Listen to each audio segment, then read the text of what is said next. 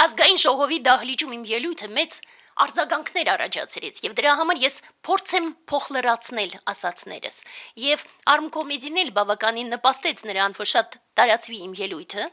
բայց շնորհակալ չեմ, ինչու որովհետեւ միշտ մտածում են, որ իրենք գոնե պայքարող տղաներ են։ Պարզվեց, ինչպես մյուսներն էլ, այդպես էլ իրենք պարզապես պատվերով հումոր անողներ են։ Եվ գիտեք, նիկոլականների հաչոցներից չեմ նսեմացել, եւ այդպես եւ ոչ մեկի հեգնանքից չեմ նսեմանա եւս։ Այդպես, երբ որ նայում ես հանրապետության վիճակը, սարսափում ես, ապշում ես, մտածում ես մի կողմից մենք ունենք նիկոլական զոմբիներ եւ նիկոլական լակոտներ տարբեր պաշտոններին նշանակված, մյուս կողմից մենք ունենք անջատված զանգված, որ բարձր երաժշտությամբ քաղաքի կենտրոնում փորձում է քշել ինչ-որ բաներ ապացուցելով իրենց, բայց մյուս կողմից ակտիվ զանգվածում մենք ունենք ստվար զանգված վերլուծաբանների, որ անընդհատ ինչ-որ բաներ վերլուծում են պարզ չի ինչի համար եւ պարզ չի թե ինչու են իրենք մտածում, որ իրենք այս ամբողջից դուրս են եւ կարող են դրսից նայել եւ վերլուծել, մյուսները հումորիստ են, այս ազգը տենց հումորի մեջ ընկղմված է հիմա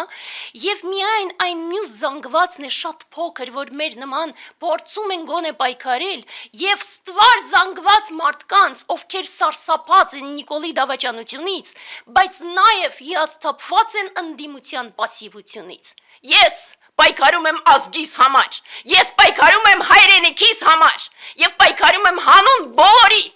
բոլորի, այդ թվում բոլոր նրանց, ովքեր ընդհանրապես ուրացել են հայրենիքը։ Իմ ազգն է, իմ ժողովուրդն է եւ ամոթ բոլոր նրանց, ովքեր համարձակվում են մերժել մեր ասածները։ Ես միևնույն է պայքարել եմ, պայքարում եմ եւ կպայքարեմ։ Ի հեճուկս բոլոր դավաճանների, ի հեճուկս բոլոր նրանց, ովքեր չեն ուզում ընդհանրապես մտածել հայրենիքի մասին։ 5 տարի շարունակ Նիկոլը հանձնելով մեր սրբազան հողերը, շարունակում է գործել իր հանցագործությունները։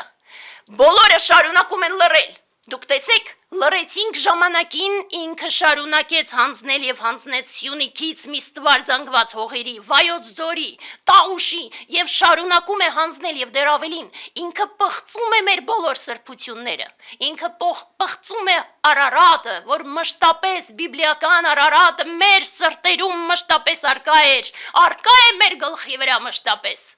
Նա պղծում է եւ հարվածում է հայ ազգի հիմնական սյանը, հայ առաքելական եկեղեցուն եւ նա պղծում է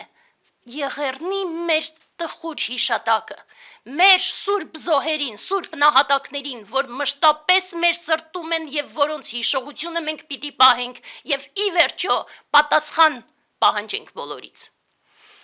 Սա ամբողջ արկա է, այո, բայց մյուս կողմից նայում ես ու տեսնում ես աննկարագրելի պասիվություն բոլոր նրանց կողմից, ումից որ մենք պետք է որ ակնկալեինք իրական պայքար։ 5 տարի առաջ պետք էր անհապաղ դատել Նիկոլին։ 5 տարի շարունակ բոլորը լռում են, 5 տարի շարունակ գնում են այդտեղ այդ բորդո գույնի աթոռիկների վրա նստած իրենց կոստյումչիկներով եւ փորձում են բռնվել այդ աթոռներից։ Չես հասկանում ինչի համար։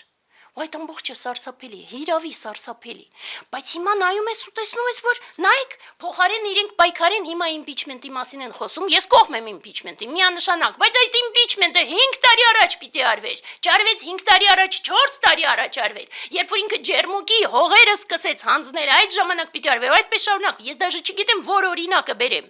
եկեղեցու օրինակը, էլ որ օրինակը, իր հանցագործությունները այնքան են, որ երբ որ ինքը դատվի, ինքը դատվելու է ծմահ, բայց եւս 600 տարի առնվազն, մեր քրեական օրենսգրքով,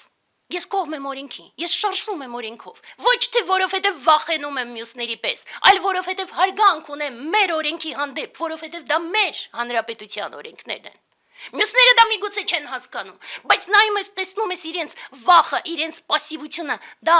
նողկալի է, սնկի պես աճում են տարբեր կուսակցություններ, ու բոլորը իրենց տեղերում ոչ միայն չեն միավորվում, չէ, դադարում են մտածել, թե ինչի համար էին պայքարում եւ միակ նպատակը դառնում է այդ աթոռներին հասնելը,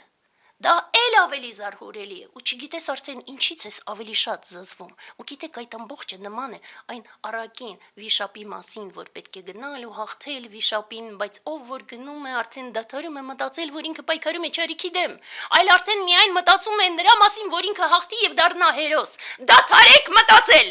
այդ ամբողջի մասին։ Հիշեք հիմնական մոտիվացիան, մենք ունենք երկու նպատակ եւ ոչ այլ բան։ Մենք ունենք մեկ վերջապես հաղթել այս ամբողջ չարիքը, վերջ տալ այս ամբողջ չարիքին, եւ երկրորդ մեր նպատակը, որ մենք ունենք, շենացնենք մեր հայրենիքը, փրկենք մեր հայրենիքը այս ամբողջ չարիքից եւ մաքրենք հայրենիքը այս ամբողջ չարիքից, որ կուտակվել է, ցավոք սրտի, վաղուց է կուտակվել, պարզապես տրակել է այժմ Նիկոլի տեսքով։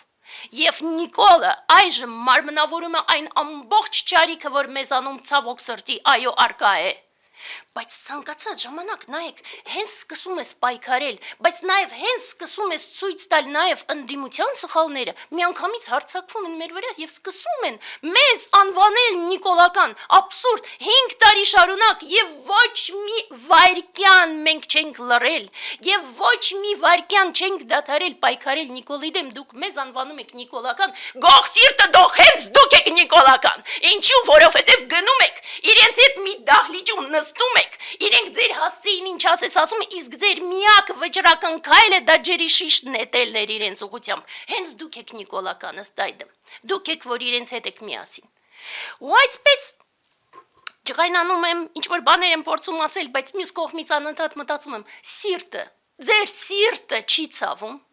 ձեր սիրտը չի ցավում մտածելով, որ մենք այնտեղ ունենք բանտարկյալներ, մենք Ադրբեջանի բանտում ունենք բանտարկյալներ, իսկ միաժամանակ Նիկոլը համարձակվում է խոսել 4-րդ հանրապետության մասին, որ ըստ իրեն Հայաստանն է Ադրբեջանի կազմում։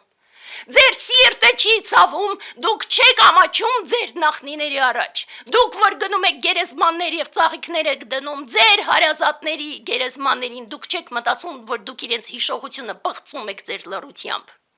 ձեր վախկոտությամբ, ձեր անվճռականությամբ։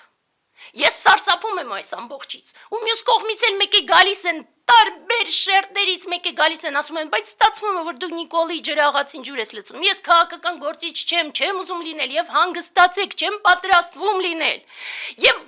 ընդհանրապես ինձ չեն հուզում ոչ ձեր ջրաղացները, ոչ ձեր ալուրը, ոչ ձեր ինչ-որ բաները, որ դուք ուզում եք հասնել, ես պարզապես ակնկալում եմ պայքար, բոլորի կողմից, անխտիր, հենց հիմա, եւ գիտեք, հիմա արդեն վերջի սահմանն է, բայց նորից մյուս կողմից, որ ինչ-որ մի բան ասում ես, մեկը միանգամից ասում են, շատ տարօրինակ է, ոնց կարող է բուդդայականը պաշտպանել հայ-առաքելական եկեղեցին, նեղմիտներ, խղճուկներ, ինչքան պիտի ստոր լինեք, որ չընկալեք, որ հենց հոգևոր զարգացման ճանապարհով գնացողը պարտավոր է պաշտպանել հավատը, դա իմ ուխտն է, դուք դա չեք հասկանում, որովհետև դուք ջայլամի նման եք, տարբեր առումներով, նաև դիրքի առումով, բայց դա հիմա կարևոր չէ, դուք ջայլամի նման եք, որովհետև ջայլամի աչքերը, երևի թե գիտեք, ավելի մեծ է, քան իր ուղեղի չափը, աչքերը տեսնում են, իսկ ուղեղը չի ձգում, դուք այդ ջայլամի նման եք, և հիմա սրբազանի դատն է, վերջի օրն է, եթե հանկարծ սրբազանին չազատեն, ապա անհապաղ պահանջում եմ, որ դուրս գաք պայքարի, պահանջում եմ, եթե դուք իրականում ընդդիմություն եք, դուրս եկեք պայքարի հանուն սրբազանի, ոչ թե պարզապես հավաքվիկ դատարանի շենքի մոտ մի քանի հոգով եւ ինչ-որ բաներ խոսացեք դատարկախոսությամբ զբաղվեք հերթական անգամ, պայքարեք անհապաղ եւ դադարեք այդ խեղճ լաոյի վրա ամբողջ ձեր հույսը դնել, հերիքա մեր երեխաներից սպասենք, որ հետո իրենք կմեծանան եւ վաղ թե ուշ կպայքարեն, դուք հանուն այդ լաոյի հիմա պայքարեք, ոչ թե ասեք զարթնի լաո, մեռնիմ քզի, եւ դրա համար ապացուցեք, որ դուք ընդդիմություն եք, եւ դու, սիրելի ժողովուրդ, ապացուցիր, որ դու քրիստոնյա ես, դուրս արի եւ տեր կանգնի հայ-առաքելական եկեղեցու, եւ տեր կանգնի սեփական հայրենիքի, սեփական ազգի եւ ընդհանրապես մարդ կոչվելու իրավունքի։